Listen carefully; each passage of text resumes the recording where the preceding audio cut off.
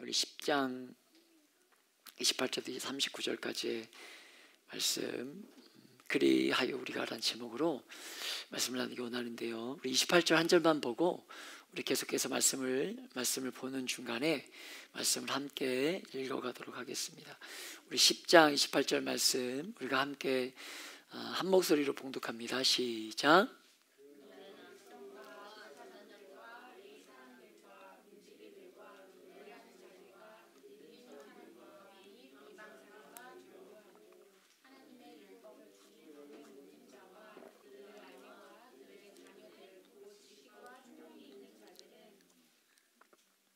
아멘.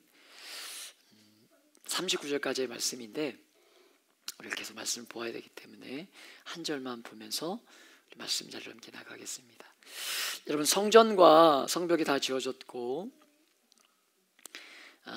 그리고 외적인 것만 되지 않고 다 지어진 그 성벽 위에 하나님께서 말씀의 은혜를 주셨습니다. 그것이 느헤미야 8장의 내용이었어요.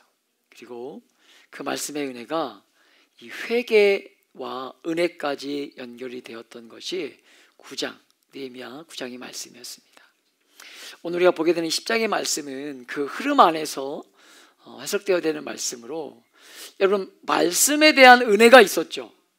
이스라엘 백성들 가운데 말씀에 대한 은혜가 있었어요. 그리고 영혼들이 회개하며 하나님 앞에 죄악들을 투설했을 때, 여러분요, 이 10장에서는 어떤 말씀이 이어지고 있는 것이냐면, 다시는 과거처럼 살지 않겠습니다. 이 외침과 다짐이 이 10장의 말씀이에요. 그렇게 하나님과 약속을 맺고 신실하게 살기를 다짐하는 장면이 10장이라는 거예요. 여러분, 10장은 이 두 부분으로 나눠지게 되는데, 하나는 이 다짐에 어떤 사람들이 참여하게 되는가, 이 다짐에. 그리고 또 하나는 이 사람들이 이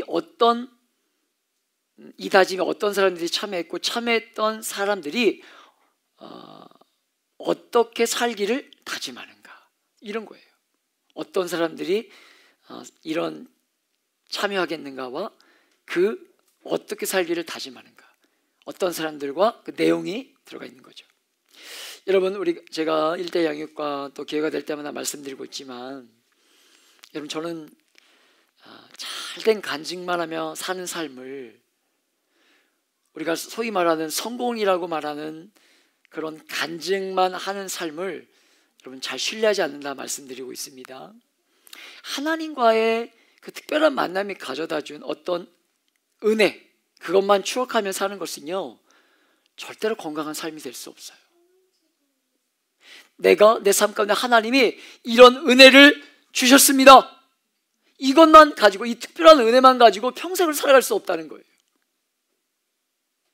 중요한 것은 무엇입니까? 오늘도 그 예수와의 어떤 친밀한 사귐이 있었는가, 오늘 나에게 어떤 친밀한 사귐이 있는가, 여러분, 그것이 성도의 삶의 핵심이다 라고 계속해서 말씀을 드리고 있어요. 그래서 여러분, 정말 마음을 새롭게 해서 다시 믿음의 걸음을 옮겨야 하는, 여러분, 이 중요한 시기에 있는 저와 여러분에게, 우리 공동체 가운데에 오늘 말씀은요, 너무 귀한 말씀이다 라고 할 수 있는 것으로, 여러분, 우리도 먼저 다짐하고 새롭게 우리의 마음을 여러분 묶어내야 될 때에 너무나 중요한 말씀으로, 요즘 세대를 이렇게 보면요, 자꾸 실패하고 넘어지다 보니까 결심도 안 하게 되는 것 우리가 보게 돼요. 하면 뭐하나? 결심하면 뭐하나? 자꾸 실패하는데, 그러면서 어떻게 되는 거예요? 뒷문을 열어놓는 거예요. 나갈 뒷문을 열어놓고 언제든지 뒷문 열고 그냥 나갈 수 있도록. 여러분, 그렇게 하지 말고 여러분 뒷문을 막고, 하나님 반드시 이렇게 살겠습니다, 이렇게 살겠습니다 다짐했던 그 이스라엘 백성들처럼, 여러분, 우리도 그런 다짐이 필요한 때가 바로 지금이라는 거예요. 어떤 사람들이 맹세를 했고 어떤 내용의 맹세를 했는가 우리가 이제 보게 될 텐데, 여러분 먼저 9장 38절의 말씀을 세번역 성경으로 같이 한번 보겠습니다. 9장 38절 같이 한번 읽어볼까요? 시작.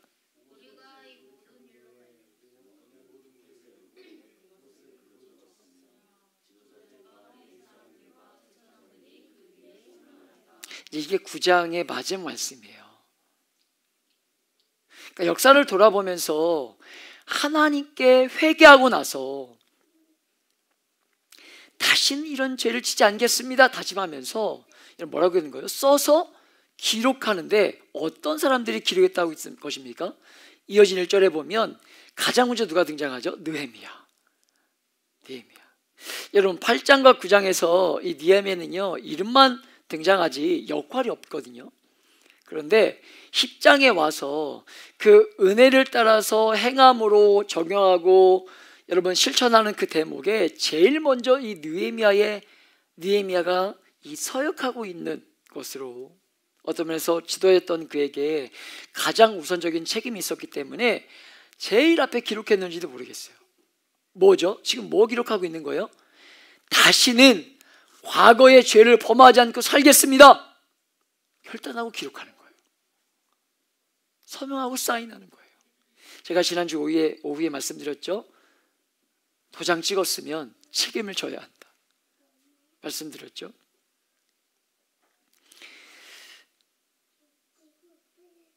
그래서 설선수범하기 위해 썼는지도 모르겠습니다.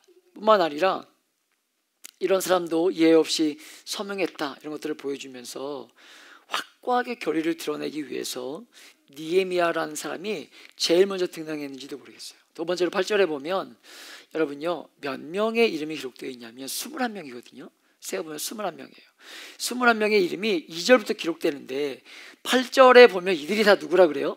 이들이 다 누구라 그럽니까? 8절에 보면 이들은 다 제사장들이라는 거예요. 저 보지 말고 성경을 이제 보면 돼요. 8절에 보면 제사장들.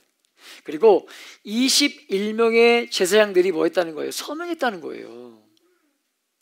제사장들의 숫자가 더 많았겠죠. 그런데 21명이 서명했다는 이유는 무엇이겠습니까? 대표들로 우리가 볼 수 있는 거죠.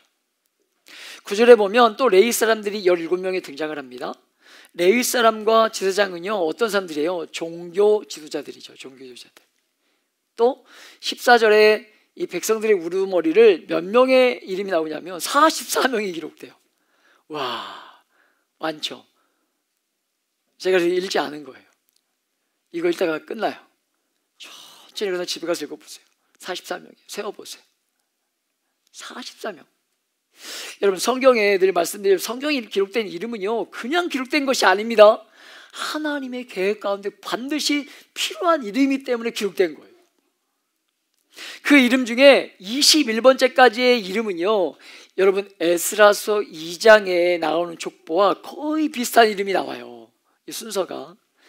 그러니까 앞에 나온 21번째까지의 이름은요 포로에서부터 그러니까 3차 귀환을 통해서 포로에 돌아온 이 이름, 이들 땅에 돌아온 그 초창기 멤버의 사람들이 서명했다는 것을 우리가 볼 수 있고 22번째부터 나머지 23명은요 생소한 이름인데 이 이름들은 이 에스라서에 등장하는 사람들과는 달리 최근에 이 땅에 이주했던 이 백성들의 대표일 가능성이 있는 거죠.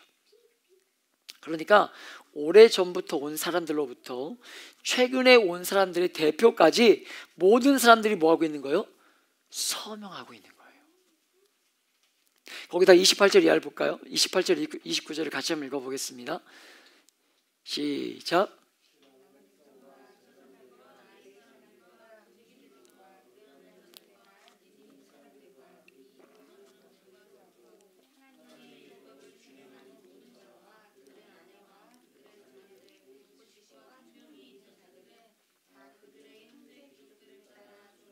맹세하기를. 이 사람들이 전부 어떤 사람들이냐면 서명한 사람들이에요. 서명한 사람들. 그러니까 그 외에 28절과 29절에 보면 지각이 있어서 이 일을 이 일이 뭔지를 아는 나머지 모든 백성들은 그 서약에 준하는 저주로 맹세하면서 이 서약을 지키고 있었다는 거예요.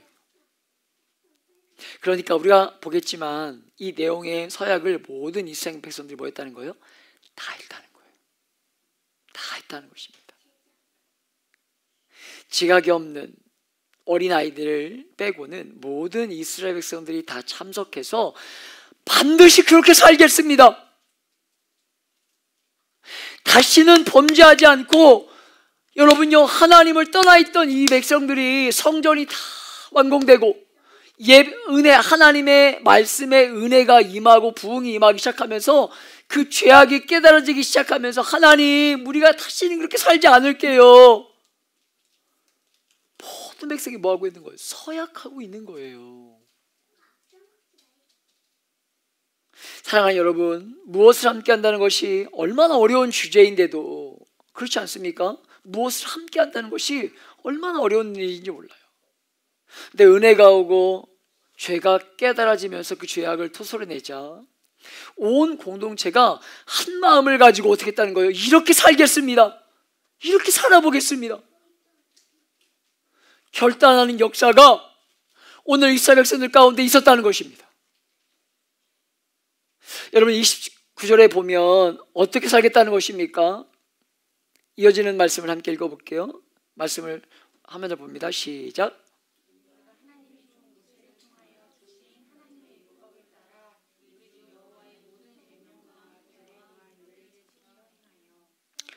모세를 통해 주신 모든 말씀을 지키며 우리가 살겠다는 거예요.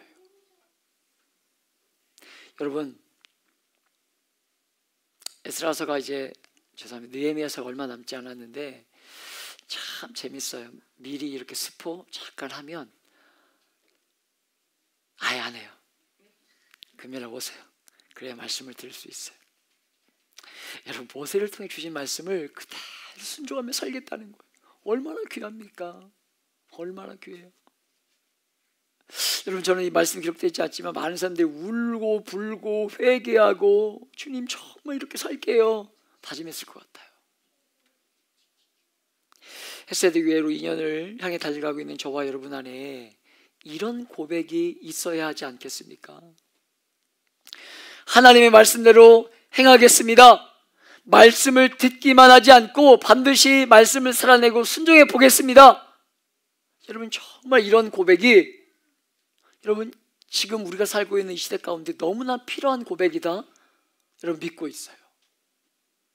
이 백성들이 그렇게 다짐하면서 말씀대로 살겠다 말하지 않고 여러분이 어떻게 하고 있습니까? 구체적인 두 가지 표현을 하고 있어요. 살겠습니다 끝이 아니라 구체적으로 여러분 표현하고 있는데요, 30절을 같이 한번 읽어볼까요? 시작.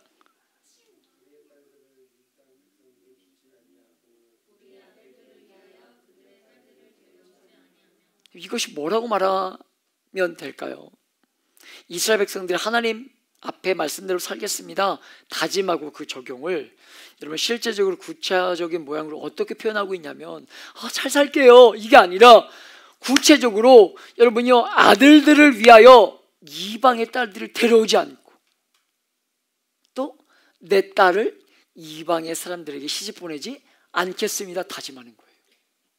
여러분, 이것을 뭐라고 보면 되냐면 말씀대로 살기를 다짐하면서 거룩과 성결한 삶을 살기를 혈단하고 있는 것을 보면 돼요.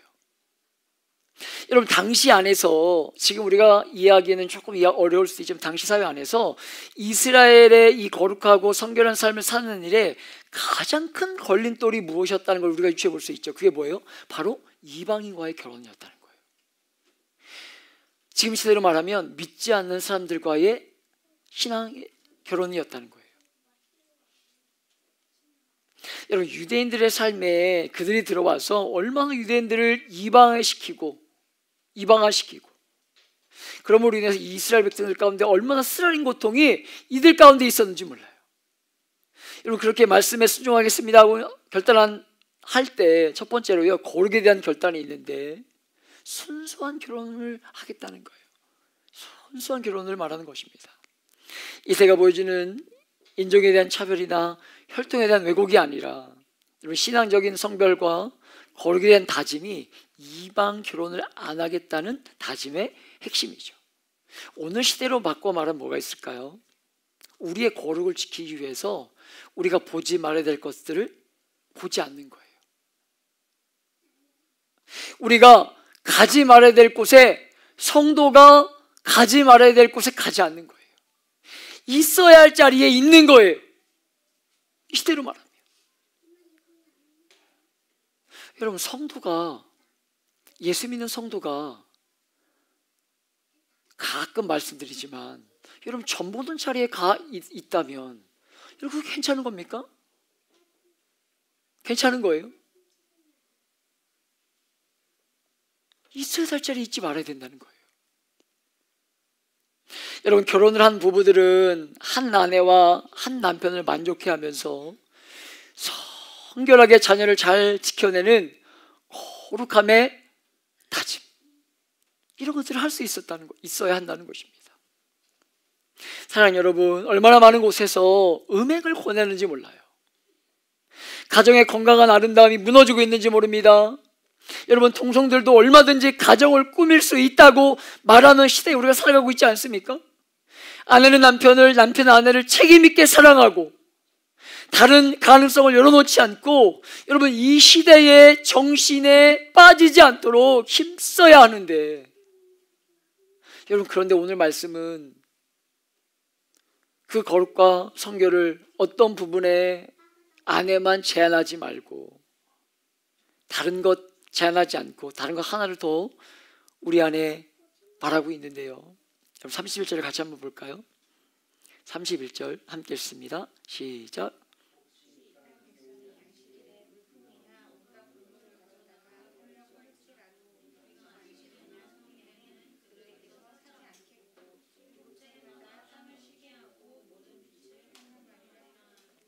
거기에만 제한을 두는 것이 아니라 두 번째는 뭐 하라는 거예요? 안식일을 지키고 안식년을 지키겠다는 거예요. 이들의 그 구체적인 다짐 안에 순수한 결혼이었다면, 두 번째는 안식일과 안식년을 지키다는 것입니다. 여러분, 이것을 그저 종교적인 어떤 절기를 지키는 것만으로 생각하면 안 될 것입니다. 이 안식일은요, 구약의 이스라엘 종교의 심장과도 같은 거예요. 이 안식일은 중요한 메시지가 안식일의 내용에 들어가 있는데, 여러분, 이 안식일 구원을 기억하고 자유됨을 기억하는 이 복된 절기가 안식일이죠. 하나님이 종되었던 그들을 자유케 하신 그 구원의 메시지에 함축된 내용이 뭐예요? 안식일이죠. 안식일. 그뿐 아니라 이 안식일을 지키는 것은요, 여러분, 이 세상을 살아가는 성도들에게 있어서 거룩한 구별됨의 중요한 한 메시지를 담고 있는 것으로, 이렇게 복된 안식일을 여러분, 이스라엘 백성들이 언제 짐으로 여겼을까요? 안식일 이퀄 이스라엘 백성들에게 뭐였죠? 하나님이 우리를 구원하신 날. 이게 안식일 아닙니까? 그런데 여러 번 말씀드린 기억이 있어요. 안식일이 이들이 언제부터 범하였다고 말씀드렸습니까? 짐스럽게 여겼다고 말씀드렸어요. 가나안 땅에 들어온 다음에 땅을 소유하고 경작하기 시작하면서부터 안식일에 쉬지 않고 일하면서 더 많은 수입이 생기다 보니까 사람들이 그 복된 안식일을 어떻게 했던 거예요? 그 복된 안식일의 감격과 기쁨에 사로잡혀서 누리기보다 돈을 더 많이 벌고 싶은 그 욕망 때문에 안식일에 너무 놀랍게도 뭐 한 거예요? 짐스럽게 변했다는 거예요. 여러분과 제가 이 땅을 살아가면서 안식일을 지키는 것, 주일을 거룩히 지키는 것, 여러분, 종교적으로 사는 것에 메시지만 있는 것이 아닙니다. 여러분, 사람은 일주일에 한 번 쉬고 6일을 일하도록 창조되었습니다. 사람은 존재 자체가 일만 할 수 없고, 일만 하면 아무리 그것이 좋은 일이라 할지라도 행복하지 않도록 6일 일하고 하루를 안식하면서 그 시간에 하나님을 자랑하고 예배하고 사랑하는 지체들과 사귀고 만나고 교제하면서 여러분 평소에 돌볼 수 없었던 이웃들의 삶을 돌아보고 나누고 베풀고 섬기는 날이 주님의 날인 거예요. 안식일인 거예요. 일주일에 한 번은 그렇게 살아야 행복하도록 지어졌는데 욕심이 사람의 마음에 들어오기 시작하니까 어떻게 되는 거예요? 그 안식일을 지키는 것이 짐처럼 되어버린 거예요. 이 안식일 제도는 여러분 구약신앙의 엑기스와 같은 것으로, 왜 그렇습니까? 그렇게 땀 흘려 힘써 일하고 일해야만 먹고 산다, 이것이 세상의 철학인데, 하나님은 안식일에 하루를 쉬면서 무엇을 보게 하셨던 것이냐면 우리의 삶이 하나님의 공급과 도우심으로 산다는 그 고백이 어디 있는 거예요? 안식일에 있는 거예요. 이렇게 쉬어도 하나님 우리의 삶을 공급해 주신다, 이 믿음의 고백이 안식일에 있는 거예요. 우리가 일만 해서는 안 되는 것입니다. 여러분 6일을 일해야 되죠. 그러나 하루를 쉬면서 우리의 삶은 하나님의 공급과 하나님을 의지함으로 우리의 삶이 됩니다 하는 세상과 구별된 이 거룩한 표시 중에 하나가 안식일이라는 거예요. 세상 사람들처럼 내 인생을 내가 일하기에 달려있다 믿지 않고 하나님이 내 인생의 주인이십니다 하는 살아있는 고백이 안식일이라는 거예요. 그런데 이 돈이란 렌즈를 가지고 보니까 그 영광스러운 안식일이 어떻게 된 거예요? 침처럼 여겨지는 거예요. 침처럼 여겨지는 거예요. 사랑하는 여러분, 평생 6일간 여러분을 위해 가족으로 열심히 살다가 휴일 하루는 하나님과 이웃들을 돌보면서 다른 사람들의 아픔이 무엇인지 듣고 함께 격려하고 기도하면서 사람들을 붙들어주는 날로 그 하루를 구별해 살도록 하시는 하나님의 방법으로 하나님께 맡기면서 우리의 남은 삶을 살아보자는 거예요. 우리 인생이 우리의 힘으로만 해결되는 것이 아니라 기적처럼 하나님의 역사하심과 개입하심이 있어야만 우리의 인생이 되는 줄 알고 그렇게 살아보자는 것입니다. 여러분, 이 안식년은 오늘 자본주의가 그렇게 거센 바람으로 몰아붙이는 오늘 같은 시대에 너무나 중요한 해라고 할 수 있는데요, 이 해에 자기 땅에서 자기 땅인데도 자기 땅을 기용하지 않았다는 거죠. 기용하지 않았는데도 그 밭에 곡물이 자라고 나무에 열매가 맺으면 내 땅이지만 내가 수고한 것이 아니기 때문에 뭐 했다는 거예요? 가난한 사람이나 고아나 과부나 행인들에게, 나그네들에게 마음껏 그 땅을 누리도록 7째 대가 되는 해는, 이 안식년은요, 그 땅을 놀렸다는 거예요. 그 땅이 산성화되는 것을 방지할 뿐만 아니라 가난한 사람들이 먹고 살 수 있는 틈을 만들어 주었다는 것입니다. 그때는요, 이 빛을 탕감해주고 종되었던 사람들을 자렵게 해주는 해였습니다. 그렇게 해서 여러분, 그렇게 함으로 인해서 때가 되면 나도 자유해질 수 있다. 나도 자유해질 수 있다. 열심히 살면 나도 자유해질 수 있다. 빛을 탕감받을 수 있는 소망을 가지고 이 땅을 살도록 하나님이 격려하시는 해, 방법이 안식년이었다는 거예요. 그동안 애들이 지키지 못했던 거죠. 그러니까 하나님, 우리가 안식일을 잘 지키겠습니다. 여러분, 그렇게 결단하고 주님 앞에 나아갔다는 거예요. 사랑하는 여러분, 누가 해야 됩니까? 우리가 경험했지만 이 시대가 많은 사람들이요, 법으로 만들고 질서로 만들고 어떤 법률로 만들어서 그걸 지키려고 했지만 안 돼요. 누가 해야 되는 것입니까? 하나님을 믿고 말씀을 따라 살고 싶어하는 여러분과 제가 그 일들을 우리가 할 수 있는 믿음의 범위 안에서, 분량 안에서 얼마든지 감당할 수 있는 저와 여러분 되시길 축복합니다. 여러분, 정말이에요. 아무리 세상의 법으로 해도 할 수 있는 것이 아니라는 거예요. 여러분과 제가 이 안식년과 안식일을 지키는 것은요, 단순히 종교적인 절기를 지키는 것이 아닙니다. 이렇게 벌어지는 빈부와 격차, 이 분부의 격차, 경쟁에서 도태되고 살아날 길이 없는 약한 사람들에게 끝없이 오는 그 어려움 앞에 새로운 출발이 가능하다는 끝없는 약속이 이 말씀 안에 포함되어 있는 거예요. 종교적인 이야기만 아니라 이것을 삶을 사는 하나님의 사람의 방식으로 이렇게 안식일을 지키고 안식년을 지키는 것은요, 너무나 중요한 메시지인데 이 시대를 살아가는 성도들이 잘 지켜내지 못하는 거죠. 자본주의가 말하는 것이 우리의 삶을 다 잡아먹도록 여러분 제발 허용해서는 안 됩니다.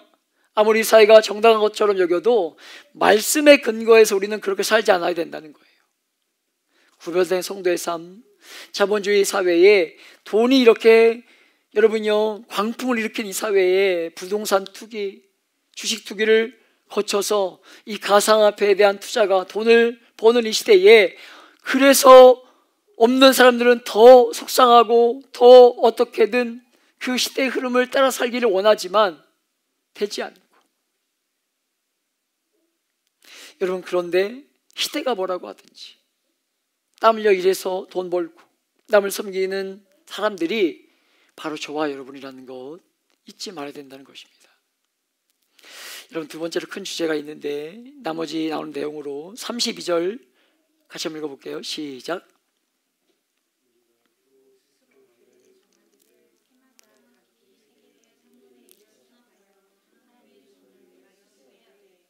(34절에도) 비슷한 말씀이 나오는데 뭐라고 기록되어 있냐면 나무를 하나님의 전에 드리겠다고 자발적으로 결심하고 있어요. 또 36절, 37절을 보면 시작.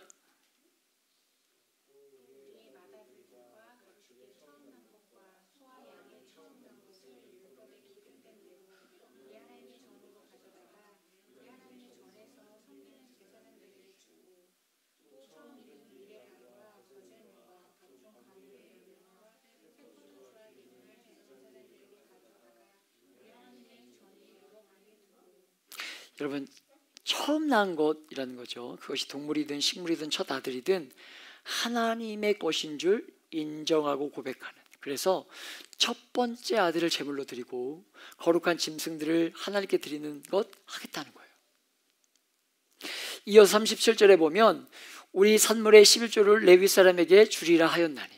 여러분 11조를 레위 사람을 위해 드린다는 것이 그런 거죠. 또 39절에 보면 그리하여 우리가 우리 하나님의 전을 버려두지 않겠습니다. 이렇게 말하고 있어요. 하나님의 전을 제대로 섬기겠다는 것입니다.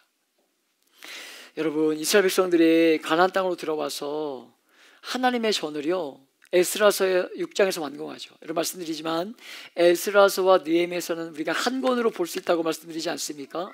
그래서 우리가 작년부터 에스라서와 느헤미야서를 계속해서 말씀을 보고 있는데 여러분 전을 지어놓고는 그 하나님의 전을 어떻게 드렸죠? 버려두었었죠. 하나님의 전을 버려두었죠. 그러다가 성벽이 지어지고 말씀이 허락되어서 죄를 깨닫고 회개하고 나니까 이스라엘 백성들이 하나님의 전을 더 이상 버려두지 않겠습니다 하는 것이 나머지 말씀으로 여러분 이것이 삶의 중심과 우선순위의 회복이 있음을 오늘 성경 우리에게 보여주고 있는 거예요. 이들의 삶 가운데 진짜 중요한 것이 무엇인가를 어디에 우선순위를 두고 살 것인가를 결단하고 있는 것들을 우리에게 보여주고 있는 것입니다. 사랑하는 여러분, 오늘 현대의 가장 큰 아픔 중에 하나는요 중심과 우선순위가 무너지고 사람들은 자기의 유익과 편리가 모든 이 편리의 모든 것이 기준이 된 시대를 우리가 살아갑니다. 사람들은 어떤 것을 결정할 때 더 이상 객관적인 중심이 없다는 것으로 하나님의 말씀이라고 그 말씀이 우리 안에 중심이 있는 거 아니라 내가 어떻게 생각하는가, 내가 편리한 것이 무엇일까, 여러분 그것이 너무나 중요한 시대에 우리가 살고 있다는 거예요. 그러니까 사람들의 삶이 전체적으로 무너지는 거예요. 혼인과 실수가 무너집니다. 엄마와 아빠가 좋은 부모가 되기 위해서 자녀의 비율을 맞추는 그런 시대가 왔어요.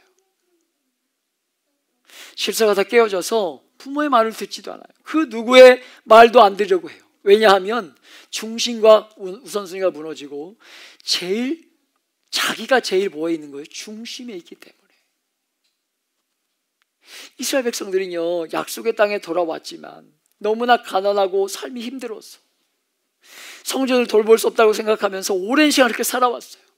여러분, 이스라엘 백성들이 우리가 에스겔 말씀을 볼 때 얼마나 감격을 가지고 이스라엘 땅에 돌아왔습니까? 우와, 우리가 드디어 이 땅에 돌아왔다. 하나님의 성전을 이제 지어야겠다. 얼마나 열심을 가지고 살아왔는데 여러분이 성전을 짓고 나니까 먹고 살기가 어려운 거예요. 그러니까 성전을 버려두고 내 삶, 내 목, 왜? 오시겠다 약속하신 메시아가 안 오니까 그저 나 열심히 살고 내 자녀, 내 새끼, 우리 가족 잘 먹고 살기 위해 열심히 살았던 거 아닙니까? 그러다가 여러분 성벽이 다시 해빠지는 일들이 일어난 거잖아요. 그런 고통 가운데 이스라엘 백성들 가운데 다시 한번 은혜를 통해서 성벽이 재건되고 지어지는 역사가 일어나고 경험된 거잖아요. 오늘 그런 역사 가운데 다시 한번 이런 결단들이 있는 거예요. 이 무너져 있던 삶을 회복해 가겠다는 겁니다. 하나님 중심, 말씀 중심, 성전 중심으로 살겠다고 결심하고 있는 것이 이 나머지 말씀이라는 거예요. 8장부터 10장까지를 이렇게 다시 생각해 보세요. 말씀의 은혜가 와서 너무 큰 감격과 기쁨이 몰려왔습니다. 그리고 9장에서 말씀을 붙들고 역사를 돌아보면서 회개해요. 여러분요, 9장에서 끝났다면, 하나님 말씀이 찾아와서 하나님 내가 잘못했습니다 하고 끝났다면 그건 기독교가 아니죠. 회개하고 끝났다면 기독교가 아니죠. 10장이 있어야 기독교와 복음이 온전하게 드러나는 것으로, 말씀을 듣고 감격하고 눈물을 흘리면 끝나는 게 아니라, 여러분, 그래서 죄를 고백하며 회개하는 것 너무나 중요하지만 그것으로 끝났다면 그게 무슨 신앙이겠습니까? 하나님 내가 잘못했어요, 내가 회개할게요, 눈물 흘리고 콧물 빼고 회개하고 끝나면 그게 무슨 신앙이냐는 거예요. 10장에 와서 삶의 구체적인 적용과 실천과 다짐이 나오는 것, 이게 바로 기독교의 복음의 핵심이라는 것입니다.